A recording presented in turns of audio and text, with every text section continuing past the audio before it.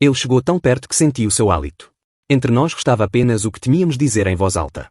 Não sabia se daria um passo para trás ou para a frente. A viagem a Lisboa tinha começado como qualquer outra excursão universitária, ônibus cheio, vozes que se sobrepunham e aquela euforia artificial que parece durar só até o primeiro cansaço. Miguel, no entanto, não compartilhava do entusiasmo coletivo. Guardava-se no canto, olhos na janela, repetindo para si mesmo que seriam apenas alguns dias, e depois voltaria ao silêncio habitual do Porto. O anúncio das divisões de quartos foi a primeira pedra no seu estômago. O nome dele, colocado ao lado do de Lucas, soou como um desafio inevitável. Conhecia a fama do rapaz, popular, falador, sempre cercado de gente, um tipo que parecia incapaz de estar sozinho. Tudo o que Miguel evitava. Na chegada ao alojamento, Lucas cumprimentou-o com um sorriso descontraído e um comentário rápido sobre a sorte de ficarem juntos. Miguel respondeu com um aceno quase imperceptível. Não queria incentivar conversa, mas notou que o outro não parecia se importar com a frieza. Pelo contrário, continuou falando, como se já conhecesse os silêncios dele e tivesse decidido ignorá-los. Durante o primeiro dia, Miguel manteve-se distante. Enquanto o grupo atravessava as ruas estreitas de Alfama e subia colinas íngremes, limitou-se a observar. Lucas, por outro lado, interagia com guias e desconhecidos como se estivesse em casa. Miguel não podia negar que havia algo magnético na forma como ele dominava cada espaço, mas afastava o pensamento antes que criasse raízes. No segundo dia, começaram as trocas inevitáveis. Um comentário sobre o calor sufocante, uma observação sobre a vista do miradouro, pequenas faíscas que se infiltravam no muro que Miguel erguera. Lucas parecia reparar em cada reação, mesmo nas mínimas. Às vezes, não era o que dizia, mas o modo como olhava após uma frase, como se buscasse confirmar uma suspeita antiga. Miguel percebia que algo nele se movia contra a própria vontade. Era o peso de ser visto, não no sentido banal de notar a presença, mas de ter alguém que parecia enxergar por baixo das camadas que se acumulam com os anos. Lucas não perguntava diretamente, mas as suas palavras deixavam espaço para que Miguel se revelasse, como quem deixa uma porta entreaberta numa noite quente. Ao final de uma tarde, enquanto o grupo se dispersava depois de um passeio pelo Tejo, ficaram lado a lado na beira da água. Lucas comentou, quase num murmúrio, que às vezes a pessoa certa aparece no momento errado. Miguel não respondeu, fixou os olhos no movimento lento das ondas. A frase, porém, ficou nele como uma nota que não se apaga. Nessa noite, no quarto, Lucas falou menos. O silêncio não era desconfortável, mas carregado de algo que Miguel não soube nomear. Enquanto fingia ler, sentia que o outro o observava por trás da aparente despreocupação. E pela primeira vez desde que chegaram, Miguel não tinha certeza se queria que o silêncio fosse quebrado ou prolongado. O que começou como uma simples divisão de quarto transformava-se numa tensão que crescia a cada hora. Miguel sabia que ainda não era capaz de entender a natureza dessa força, mas já sentia que, acontecesse o que acontecesse nos próximos dias, não voltaria para o Porto sendo o mesmo. Lucas, de alguma forma, já tinha mexido no equilíbrio que ele julgava inabalável. A noite caiu como um corte limpo, sem transição, sem aviso. O grupo regressou cansado, espalhando-se pelos corredores, cada um atrás de um banho rápido e de um pouco de silêncio. Miguel pensou que seria mais uma noite igual, com Lucas a encher o ar de comentários leves e risos fáceis. Enganou-se no instante em que ouviu aquelas palavras baixas, ditas sem pose, como quem confessa a si mesmo algo que já não cabe por dentro. Lucas disse que havia coisas que só se dizem quando a cidade é branda e as pessoas distraem a atenção. Às vezes, o que se sente fica preso na garganta por dias, até encontrar uma brecha. Miguel percebeu que não respirava direito. Não houve preâmbulo. Depois de arrumarem as mochilas, Lucas aproximou-se e fez uma observação simples sobre o dia, o sol que parecia puxar tudo para baixo, as colinas que pareciam maiores do que de manhã, o rio que resistia ao cansaço, e, no intervalo que não era de conversa, encostou ligeiramente a mão à de Miguel. Não foi um gesto longo nem solene. Foi o suficiente. O barulho do corredor sumou. A corrente de ar vinda da janela perdeu importância. Miguel sentiu apenas o contato breve, e o corpo reagiu como se alguém tivesse ligado uma luz num sítio onde ele andava às cegas há muito tempo. Ele quis acreditar que era um erro. O tipo de aproximação acidental que acontece quando duas pessoas partilham um espaço demasiado estreito. Mas Lucas, ainda no mesmo tom calmo, disse que certas proximidades não eram acidente, que havia riscos que se escolhiam. Disse-o quase em sussurro, sem olhar diretamente, como quem oferece uma saída honesta caso a outra pessoa queira fingir que nada ouviu. Miguel recuou meio passo por dentro, não fora. O corpo permaneceu onde estava. O cérebro criou listas, possíveis intenções, consequências, perdas prováveis. Teve vontade de rir da própria disciplina em momentos absurdos. Ao mesmo tempo, notou que não tinha medo no sentido habitual, não temia o ridículo nem a errata social. Temia outra coisa, a ideia de que já não poderia voltar a fingir indiferença. Quando saíram para encontrar o grupo, Lucas adotou a mesma descontração de sempre. Falou de horários, sugeriu um caminho mais rápido para o jantar, fez uma piada leve sobre a confusão turística. Miguel seguiu-lhe o passo, mas viu sinais onde antes só havia ruído. Percebeu pausas calculadas, um cuidado novo na distância, a preocupação em não o encurralar. A mão não voltou a tocar. E foi essa ausência imediata que o desestabilizou ainda mais. Se fosse jogo, haveria insistência. Se fosse provocação barata, viria a repetição. O que recebeu foi contenção, respeito e uma pergunta muda que não tinha prazo de resposta. Durante o jantar, ninguém notou o que se passava por dentro dele. Ou, se notaram, fingiram bem. Miguel ouviu metade das conversas e respondeu com frases que não lembraria depois. Repetiu para si que ia dormir cedo, que o corpo ia apagar quando assentasse na cama. Em vez disso, guardou cada detalhe minúsculo do lado de Lucas, o ritmo com que pousava o copo, a atenção com que escutava os outros, o desaparecimento das brincadeiras fáceis quando o assunto roçava assuntos alheios. Era como se o rapaz tivesse deixado cair uma máscara que Miguel nem sabia nomear. No trajeto de volta, Lucas caminhou a um braço de distância. Comentou, num tom quase neutro, que certos medos engordam no escuro e emagrecem quando enfrentados. Não perguntou nada diretamente. Miguel respondeu que preferia não filosofar àquela hora, mas a resposta saiu num riso cansado que nem ele reconheceu. Sentiu-se descoberto. Não de um segredo, e sim do mecanismo que usa para o esconder. No quarto, a tensão não ganhou corpo de ameaça. Era outra coisa, um estado de alerta novo, como quando se entra no mar e aprende a ler a força das ondas pelos sinais mais discretos. Miguel fingiu procurar algo na mochila para ganhar tempo. Lucas avisou que ia tomar banho e saiu com a toalha ao ombro.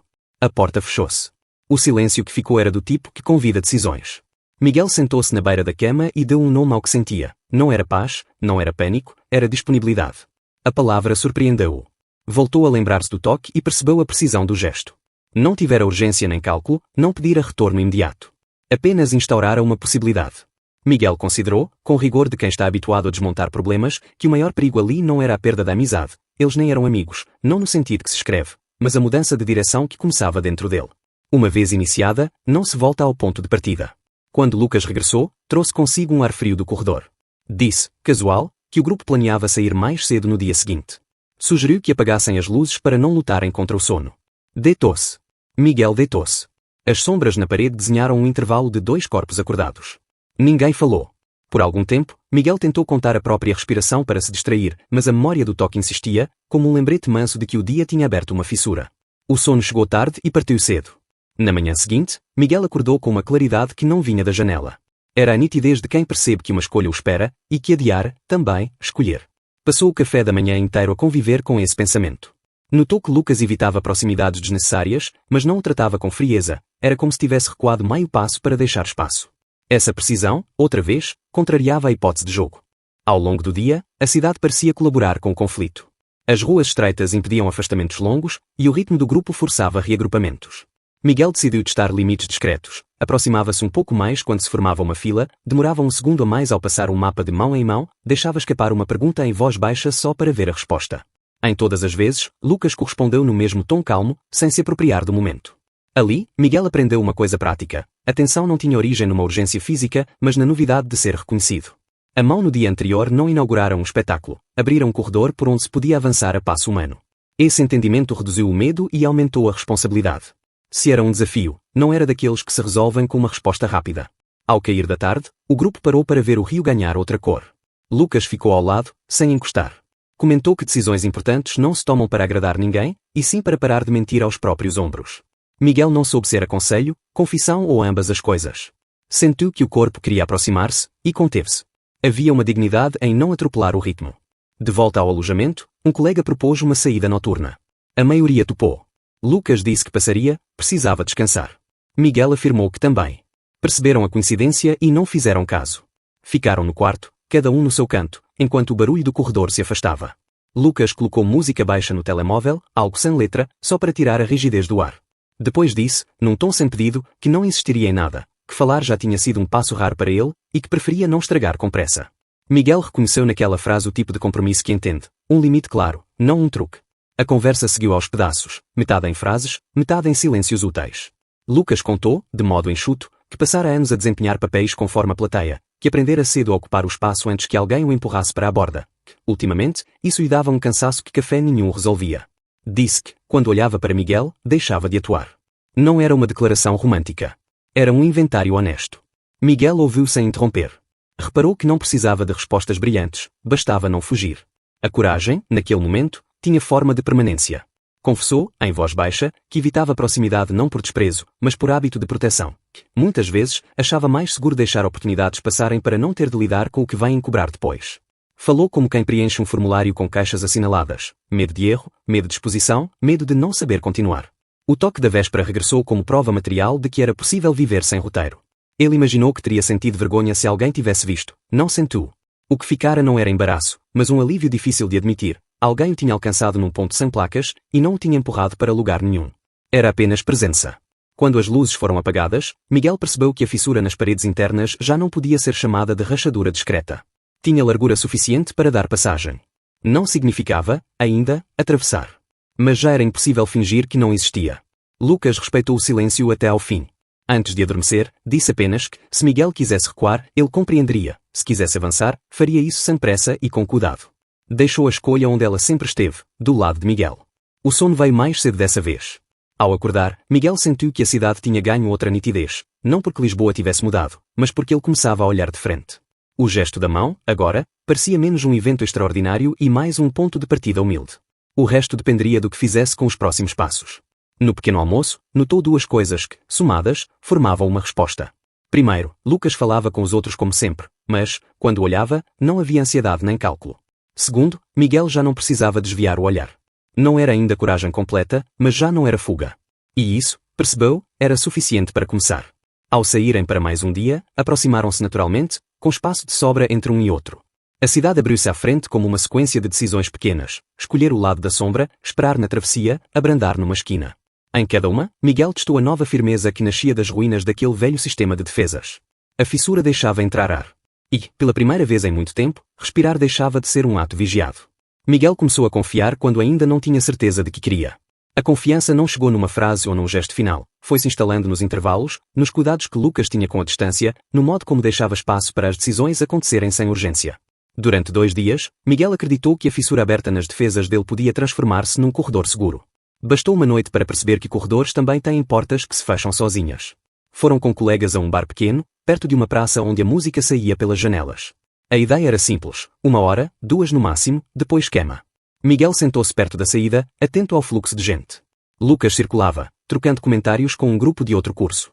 Nada de novo até que um desconhecido encostou-se a ele com familiaridade e Lucas não recuou. Primeiro foi um riso perto demais, depois a mão pousada no ombro e, por fim, um beijo rápido que não pediu licença. Miguel viu sem querer ver. O corpo respondeu com uma frieza imediata, como quando a água de repente fica gelada. Não houve cena. Nem palavra. Apenas o estalo mudo de algo a partir por dentro. Pensou, num reflexo defensivo, que talvez tivesse interpretado mal. Reviu mentalmente os passos dos últimos dias, a contenção, as promessas implícitas, o respeito pelo tempo dele. Tudo ali parecia incompatível com aquela exposição casual. Lucas olhou na direção dele mais tarde, com uma expressão que Miguel não decifrou. Podia ser culpa, podia ser rotina. Miguel optou por não interpretar. Pagou a sua parte e saiu antes do grupo. Andou sem pressa aparente, tentando não correr de si mesmo. O ar noturno não limpou nada. No quarto, o silêncio transformou-se em ferramenta. Ele escolheu a economia de movimentos, a disciplina do que não se diz. Lucas entrou algum tempo depois, comentou que a noite tinha sido confusa e, às vezes, as pessoas testam limites sem perceber. Miguel assentiu com um gesto curto. Preferiu não abrir a gaveta onde se guardam justificações, porque sabe que quem começa a arrumá-las acaba a viver lá dentro. Disse que estava cansado e virou-se para o lado. Não houve discussão.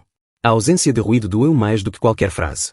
No dia seguinte, a cidade manteve o ritmo de sempre, como se nada tivesse acontecido. O grupo seguiu o plano, Miguel, também. Aprendeu rapidamente a técnica de existir ao lado de alguém sem estar com essa pessoa.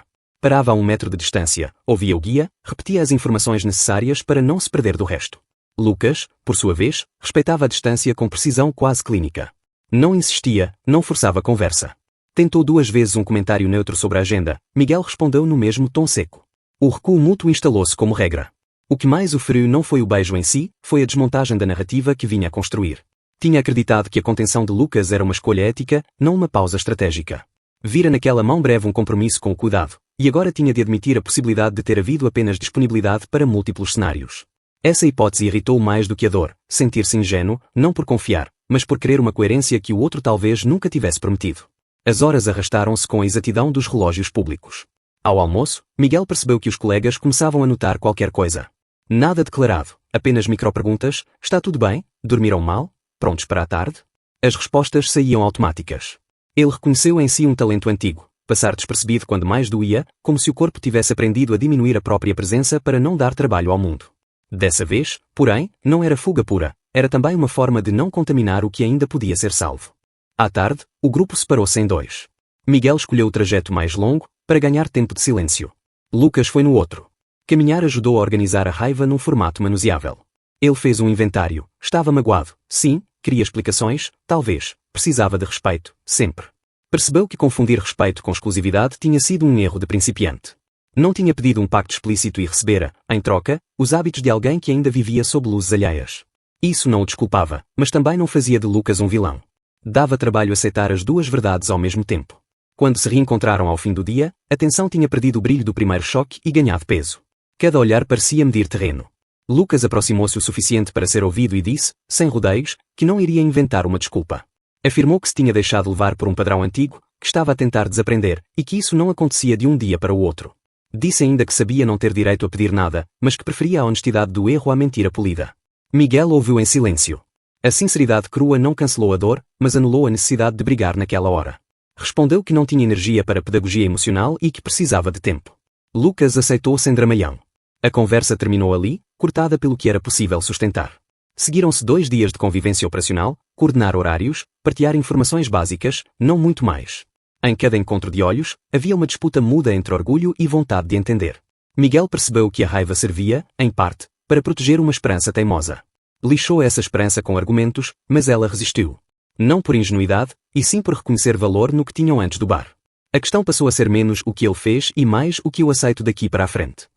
Numa manhã, um colega comentou que a cidade parecia mais pequena quando se anda magoado. Miguel concordou, sem se trair. A realidade contraía-se, as ruas encurtavam, os ruídos cresciam. Ele passou a ocupar os dias com tarefas pequenas que podiam ser concluídas sem ajuda, comprar bilhetes, confirmar horários, anotar direções. Em cada tarefa concluída havia uma migalha de controle recuperado.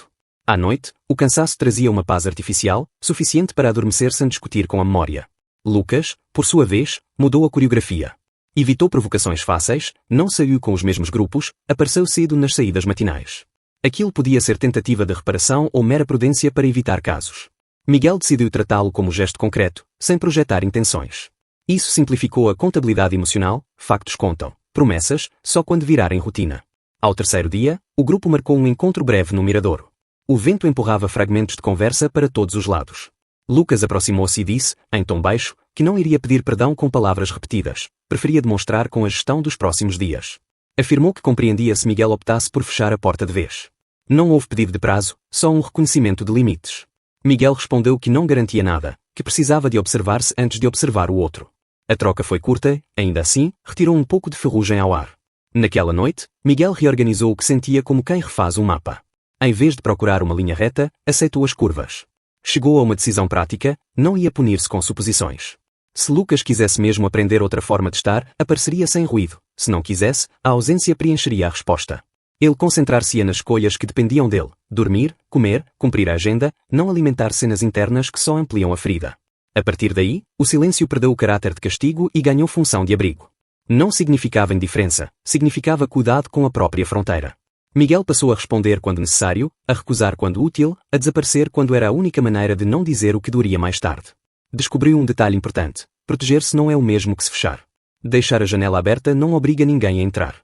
No último dia daquela série densa, o grupo voltou ao mesmo bar, por escolha alheia. Miguel ponderou não ir, mas decidiu enfrentar o espaço sem transformar o lugar num santuário de dor. Entrou com a coluna firme. Lucas manteve distância respeitosa. O desconhecido da outra noite nem estava lá. Miguel ficou perto da saída, outra vez, por hábito.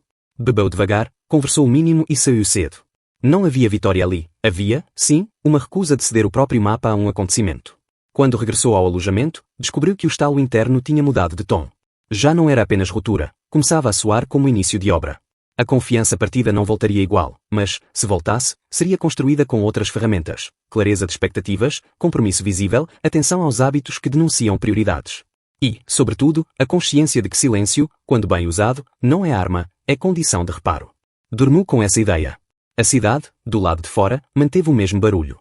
Do lado de dentro, Miguel percebeu que, embora algo tivesse quebrado, não tinha perdido a capacidade de escolher. E, naquele momento, escolher significava não correr atrás nem fugir, significava ver o que o outro faria quando já não havia plateia. Por ora, bastava. O dia terminou com o grupo espalhado pela cidade, cada um seguindo um rumo diferente. Miguel optou por caminhar sozinho até a beira do rio. O ar mais frio, vindo da água, ajudava a organizar pensamentos, mesmo que não trouxesse respostas. Queria distância do ruído e de qualquer gesto que pudesse ser interpretado como abertura ou recuo. Quando ouviu passos aproximarem-se, soube que era Lucas antes de confirmar. Ele parou a poucos metros, observando o reflexo das luzes na superfície do rio. Não tentou ocupar o espaço de imediato, apenas disse que precisava falar. O tom não era de justificativa ensaiada, parecia mais um enunciado inevitável. Contou que o beijo no bar não tinha sido sobre atração por outra pessoa, mas sobre fuga. Disse que, durante anos, tinha vivido de acordo com a imagem que os outros projetavam nele, o rapaz seguro, sociável, imune a dúvidas sobre si mesmo. Acrescentou que, quando começou a sentir algo por Miguel, percebeu que essa fachada estava a rachar, e o impulso de se agarrar a padrões antigos foi mais forte do que gostaria de admitir. Miguel escutou sem interromper. As palavras não vinham embaladas em promessas, eram fatos expostos com a crueza de quem sabe que pode perder mesmo dizendo a verdade. Lucas afirmou que, com Miguel, não sentia necessidade de manter a performance, e isso o desarmava de formas que ainda não sabia gerir. O episódio no bar, explicou, foi uma reação instintiva para voltar a um território conhecido, onde não precisava lidar com a vulnerabilidade. Admitiu que tinha sido covardia. Houve um silêncio longo. Miguel percebeu que a raiva que carregava nos últimos dias começava a mudar de forma. Não desaparecia, mas deixava espaço para outra coisa, compreensão parcial, não como desculpa, mas como contexto. Perguntou-se se estava pronto para lidar com alguém que ainda aprendia a sustentar a própria verdade. A resposta não veio clara. Lucas prosseguiu, dizendo que não estava ali para pedir perdão imediato. Queria apenas que Miguel soubesse que o afastamento não tinha sido indiferença. Falou de um cansaço antigo de interpretar papéis, de um medo igualmente antigo de ser rejeitado quando deixasse de representá-los. Disse que, com Miguel, sentia que podia ser visto como realmente era, e isso o assustava mais do que qualquer julgamento externo. Miguel não respondeu de imediato.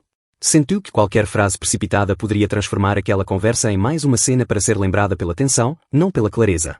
Optou por dizer que precisava de tempo, mas que a honestidade naquele momento valia mais do que qualquer tentativa de suavizar a situação.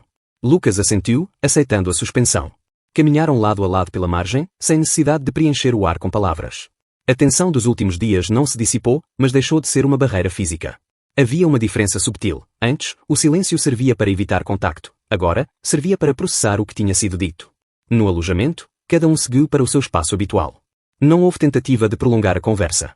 Miguel percebeu que a informação que recebera não resolvia o passado imediato, mas abria uma possibilidade para o futuro. Sabia que seria preciso observar, mais do que acreditar. Palavras ditas à beira de um rio podem soar definitivas, o teste real vem nos gestos que se repetem depois. Nos dias seguintes, Lucas manteve uma presença discreta. Não tentou forçar proximidade, mas deixou claro, em pequenos atos, que estava atento, esperava por Miguel nos pontos de encontro, dividia informações sobre os trajetos, oferecia ajuda sem invadir. Miguel notava, registrava, e deixava cada gesto passar pelo filtro da cautela. O grupo, alheio à mudança de dinâmica, comentava apenas o bom tempo e a agenda das visitas. Para Miguel, cada parada turística era pano de fundo para um exercício silencioso de avaliar se a confiança podia ser reconstruída. Lucas parecia entender que a reconstrução não se fazia com declarações novas, e sim com a consistência do dia a dia. Na última noite em Lisboa, voltaram à margem do rio, desta vez sem a tensão da primeira conversa.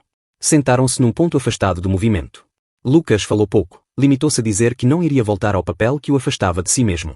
Miguel respondeu que, se fosse verdade, o tempo mostraria. Não houve promessa de recomeço imediato, apenas o reconhecimento de que a verdade dita tinha mudado a forma como se olhavam. Quando regressaram ao alojamento, Miguel sentiu que, embora ainda houvesse feridas abertas, algo essencial tinha mudado.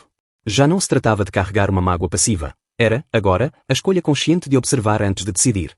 Lucas, por sua vez, parecia entender que a oportunidade de ficar não vinha de palavras persuasivas, mas da capacidade de sustentar a própria autenticidade dia após dia. E, no silêncio que se seguiu, havia menos peso e mais espaço, não para esquecer, mas para permitir que a verdade encontrada à beira do rio pudesse, com o tempo, ganhar lugar no presente. Miguel não perdoou naquela noite à beira do rio, nem na semana seguinte. Explicou, com calma, que confiança é construção lenta e que palavras, sozinhas, não movem pedra. Estabeleceu fronteiras simples e firmes, nada de meias-verdades, nada de gestos que pareçam jogo, nada de pedir pressa. Lucas ouviu sem defesa. Disse que aceitava o ritmo e que a única forma de provar seria aparecer de forma consistente. Ficou combinado, ainda que sem apertos de mão, cada um faria a sua parte e o tempo faria o resto. Os dias seguintes testaram o acordo. Lucas começou a ajustar hábitos que antes passavam despercebidos aos outros, mas não a Miguel.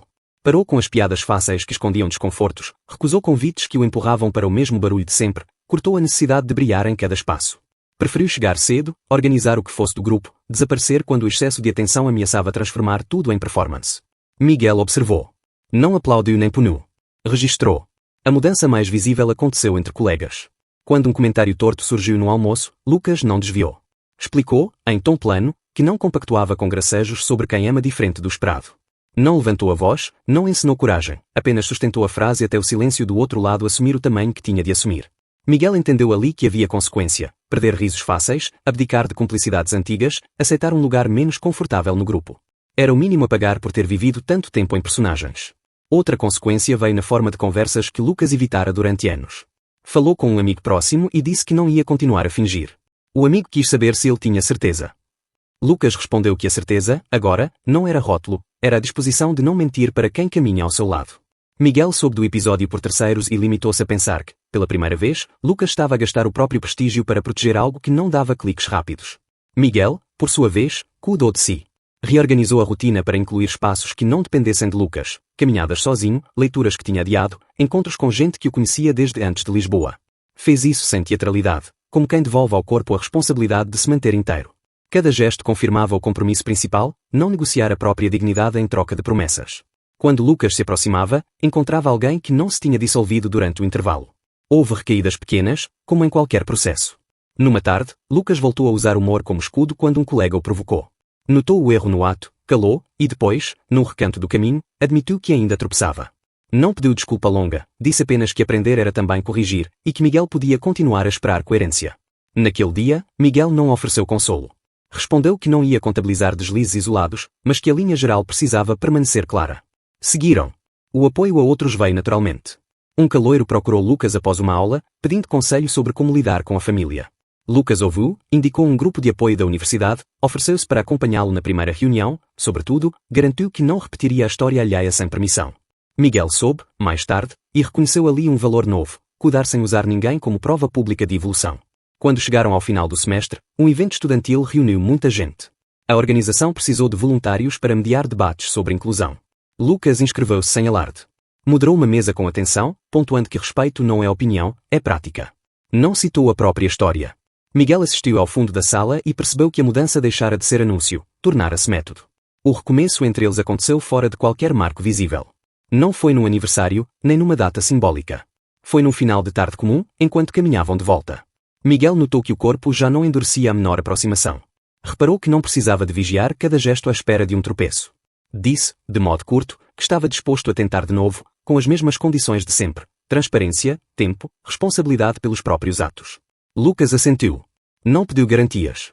Propôs coisas simples: combinar horários, partilhar planos, avisar quando o medo voltasse a vestir a velha máscara. Era um pacto de manutenção, não um contrato de espetáculo.